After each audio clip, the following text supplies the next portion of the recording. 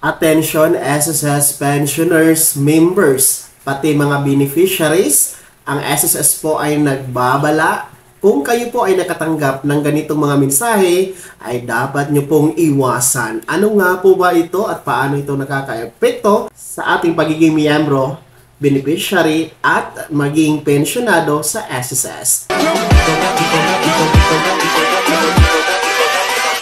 Hold up.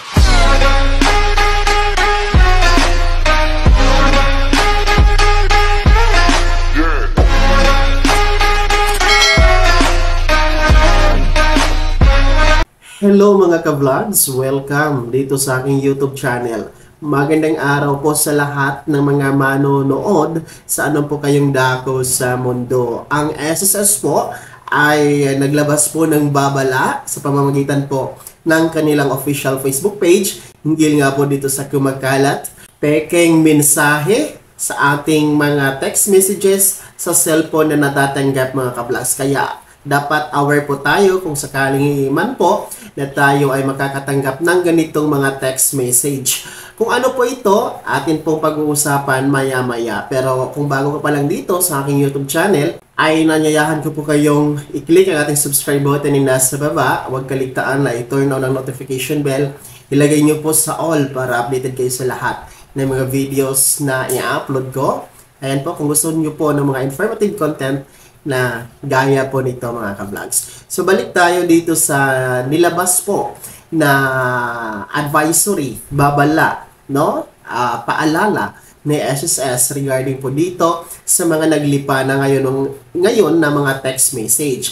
Kung saan makikita nyo po sa screen nyo ay ganito po. Actually, ako mismo ay nakatanggap ng ganitong text message mga ka-vlog. So nakakabahala po ito kung hindi natin alam na peke ito, hindi ito galing sa SSS. Kung i-click po natin iyang link na nasa attach ng message mga ka-vlogs ay maari pong ma-hack, no? Maari pong mapasok ng mga hackers, ng mga scammers ang ating portal, no? Sa ating SSS my.sss account mga ka-vlog. So mapasok po nila at maaari pong makagawa sila ng mga hindi magagandang gawain gaya po ng pag-access ng ating mga contribution, no? Baka po mag-avail ng ating loan, baka meron tayong loan at saka hindi natin naman na in-apply, no? Magtataka lang tayo na bakit meron tayong loan. So yun po yung maaring mangyari once na i-click nyo po yung link na attach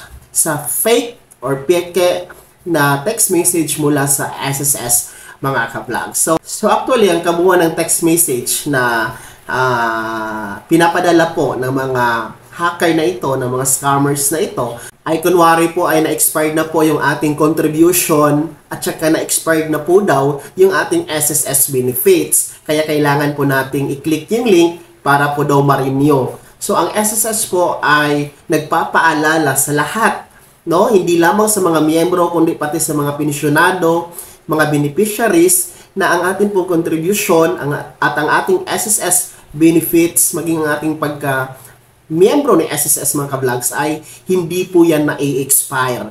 Kahit po ilang taon na po tayong huminto sa paghulog ng ating contribution kay SSS, kahit ilang dekada pa po tayo huminto sa paghuhulog ay hindi po nawawala, hindi po na-i-expire ang ating contribution, hindi po na-i-expire ang ating pagiging miyembro, ang ating mga benefits kay SSS. Kasi once SSS member, always SSS member, ika nga po ni SSS mga ka-vlog. So kahit gaano pa man katagal, ilang years pa po kayo nahinto dahil nawalan ng trabaho or wala ng pera sa paghuhulog, ay maaari nyo po yung i-continue, hindi po yan nawawala mga ka-vlogs. Kaya nga po, iisa lang po ang ating SSS number dapat. Kaya yun po ang inyong tandaan. Hindi po na-i-expire ang ating SSS benefits, ang ating SSS contributions, maging ang ating pagiging miyembro mga ka-vlogs. So isa po yung paalala mo na mismo sa SSS. Baka po ay makatanggap kayo niyan, no? Iwasan po natin, i-deadman na lang po natin yan, no? Burahin nyo po, and then i-block nyo po yung numero mga ka-vlogs, no? Lagi nyong tatandaan na kung si SSS po ay, kung meron mang i-update si SSS, ay talagang SSS po ang nakalagay na sender po sa text message. And then nag-i-email din po sa SSS sa atin, no? Through SSS talaga na email address mga ka-vlog. So hindi nawawala yung SSS sa ating email kung mag-i-email sila, and then sa ating text message kung magpapadala ng text message mga ka-vlog. So, yun po ang lagi nyo pong tatandaan, ha? Para maiwasan po natin ang ganitong mga panlilinglang po, no? Na ginagawa po ng mga hackers, ng mga scammers, para po ma-access nila ang ating SSS portal, no, sa pamamagitan ng ating my.sss account. So, kaya po napakahalaga ng paalala na ito para sa lahat ng mga members, beneficiaries, maging ng ating mga pensyonado. Bago tayo magtapos sa video na to, kung nais nyo pong sumuporta sa aking channel, ay maaari nyo pong i-click ang ating super thanks button na nasa baba. Sa mga nais man pong maging miyembro, ayan po ang ating join button. Mamili kayo ng mga perks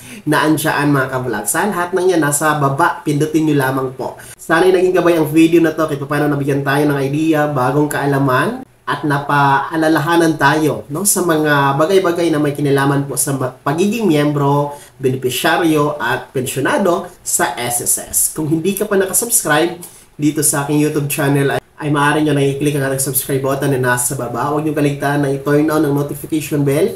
Ilagay nyo po sa all para updated kayo sa lahat ng mga videos na i-upload ko. Maaari mo ding i-like ang video na to.